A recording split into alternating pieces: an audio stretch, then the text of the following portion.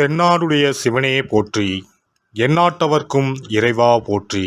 அனைத்து தமிழ் உள்ளங்களுக்கும் கனிவான வணக்கங்கள். நிகழும் ஸ்ரீ மங்களகரமான சோபகிருது ஆண்டு மாசி மாதம் 18ஆம் தேதி வெள்ளிக்கிழமை அன்று பஞ்சமி திதியில் சுவாதி நட்சத்திரத்தில் துருவ நாமயோகத்தில் தைத்தூலம் காரணத்தினில் அமிர்தயோகம் கூடிய நன்னாண்டில் இந்த சீர்மிகு மார்ச் மாதம் பிறக்கிறது.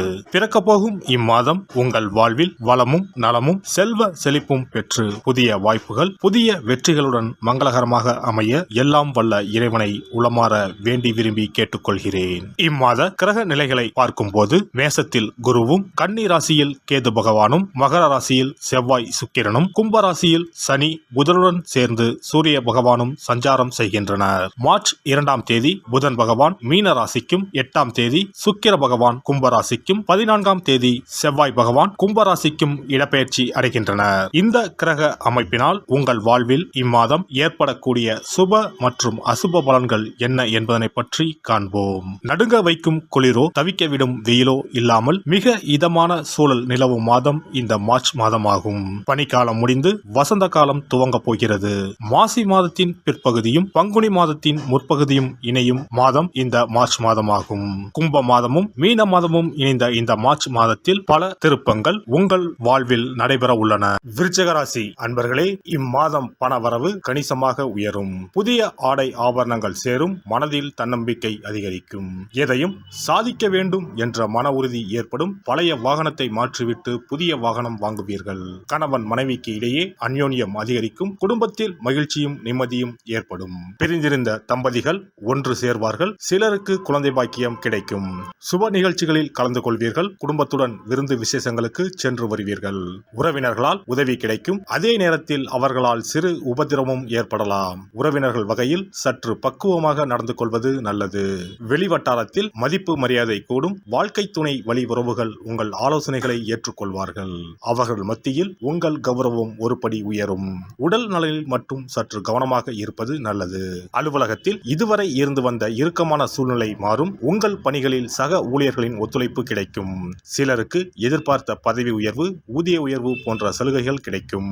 நிர்வாகத்திடம் எதிர்பார்த்த கோரிக்கைகள் நிறைவேறும்.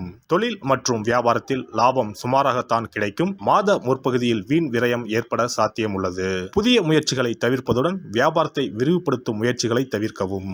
சக வியாபாரிகளால் மறைமுக போட்டிகளை சந்திக்க நேரலாம். குடும்பத்தை நிர்வகிக்கும் பெண்களுக்கு பல வகையிலும் முன்னேற்றம் தரும் மாதமாக இருக்கும். கணவரின் பாராட்டுக்கள் கிடைக்கும். அலுவலகம் செல்லும் பெண்களுக்கு சிறப்பான பலன்கள் ஏற்படக்கூடும். எதிர்பார்த்த பதவி உயர்வு, ஊதிய உயர்வு கிடைக்கக்கூடும். மாணவர்களுக்கு கல்வியை பற்றிய பயம் நீங்கும். குழப்பம் இல்லாத தெளிவான மனதுடன் பாடங்களை படித்து வெற்றி பெறுவீர்கள். கலைத்துறையினருக்கு கௌரவம் உயரும். விரும்பிய பதவி கிடைக்கும். வழக்கு விவகாரங்கள் உங்களுக்கு சாதகமாக இருக்கும். கைவிட்டு போன பொருட்கள் மீண்டும் கிடைக்கும். அலட்சிய போக்கை கைவிடுவது நல்லது.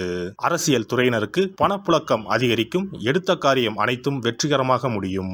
மதிப்பு மரியாதை சிறப்படையும். செல்வாக்கு ஓங்கும். நட்பு வட்டாரத்தில் குதூகலம் ஏற்படும். நட்சத்திர பலன்கள். விசாகம் 4ஆம் பாதம். இந்த மாதம் குடும்பத்தில் இருந்த சிக்கல்கள் தீரும். உத்தியோகத்தில் இருப்பவர்களுக்கு வீண் அலைச்சல் குறையும். மற்றவர்கள் மூலம் உதவிகள் கிடைக்கும்.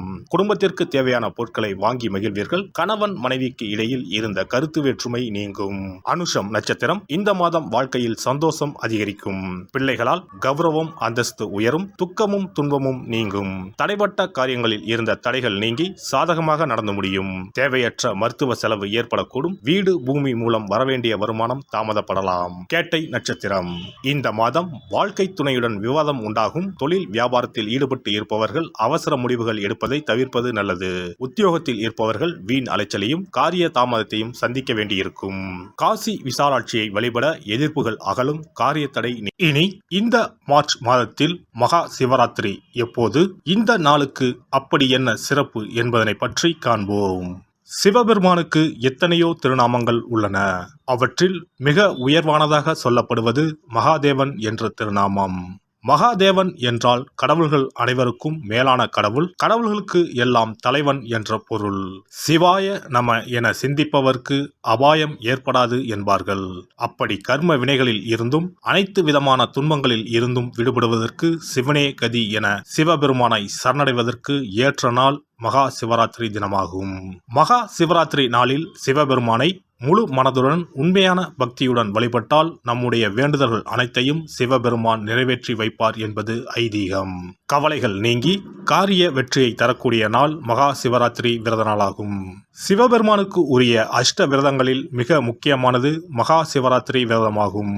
சிவபெருமானின் அருளை பெறுவதற்குரிய மிக உன்னதமான புண்ணிய நாளாகும். ஒவ்வொரு மாதமும் தேய்பிறை சதுர்த்தசி திதியில் வருவதை மாத சிவராத்திரி என்றும், மாசி மாதம் தேய்பிறை சதுர்த்தசியில் வருவதை மகா சிவராத்திரி என்றும் கொண்டாடுகிறோம். நாடு முழுவதும் சிவ பக்தர்களால் கோலாகலமாக கொண்டாடப்படும் விழாக்களில் மகா சிவராத்திரி விழாவும் ஒன்று. இந்துக்களின் மிக முக்கியமான விரத நாட்களில் இதுவும் ஒன்று. முப்பெரும் தேவர்களில் ஒருவரான சிவபெருமானுக்குரிய ராத்திரியாக சிவராத்திரி கொண்டாடப்படுகிறது. இந்த ஆண்டு மகா சிவராத்திரி விழா மார்ச் 8ஆம் தேதி கொண்டாடப்பட உள்ளது. அன்று இரவு 8:20 மணிக்கு துவங்கி மார்ச் 9ஆம் தேதி மாலை 6 மணி வரை சதுர்த்தசி திதி உள்ளது. இதனால் மார்ச் 8ஆம் தேதி இரவு 8:30 மணிக்கு பிறகே சிவராத்திரி பூஜை துவங்க வேண்டும்.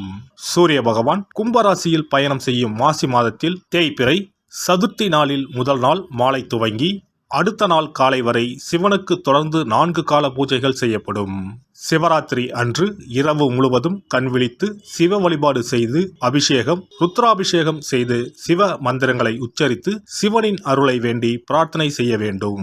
ஆன்மீகத்தில் உயர்ந்த நிலையை அடைவதற்கும், துன்பங்கள் மற்றும் பாவங்களில் இருந்து விடுபட்டு மோட்சத்தை அடைவதற்கும் ஏற்ற நாள் இதுவாகும்.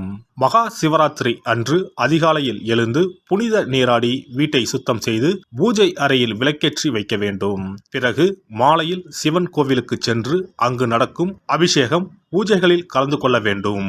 அன்று சிவலிங்கத்திற்கு பஞ்சாமிர்த அபிஷேகம் செய்வதும் வில்வ அர்ச்சனை செய்வதும் மிக சிறப்பானதாகும். மகா சிவராத்திரி நாளில் எத்தனை முறை முடியுமோ அத்தனை முறை பஞ்சாட்சர மந்திரமான ஓம் நம சிவாய மந்திரத்தை உச்சரிக்க வேண்டும். இது தவிர சிவபுராணம் பாராயணம் செய்வது மிகவும் சிறப்பானதாகும். இந்த நாளில் ருத்ராபிஷேகம் செய்வதும் கோவில்களில் நடக்கும் ருத்ராபிஷேகத்தில் கலந்து கொள்வதும் மிகவும் சிறப்பானதாகும். இந்த முறையில் மகா சிவராத்திரி விரதம் இருந்தால் முந்தைய 3 பிறவிகளில் செய்த பாவங்கள் நீங்கும். மனக்கவலைகள், நோய்கள், வறுமை நிலை ஆகியன நீங்கும். அதோடு வாழ்வில் அனைத்து விதமான இன்பங்களும் உயர்வும் கிடைக்கும்.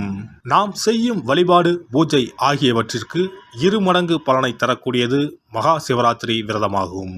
சிவபெருமானை வணங்குவதற்கும் அவரின் அருளை பெறுவதற்குமே அவருடைய ஆசி இருந்தால்தான் முடியும். அதனால்தான் அவன் அருளாலே அவன் தாள் பணிந்து என்ற அற்புதமான வாசகத்தின் மூலம் நாம் அறிய முடிகிறது.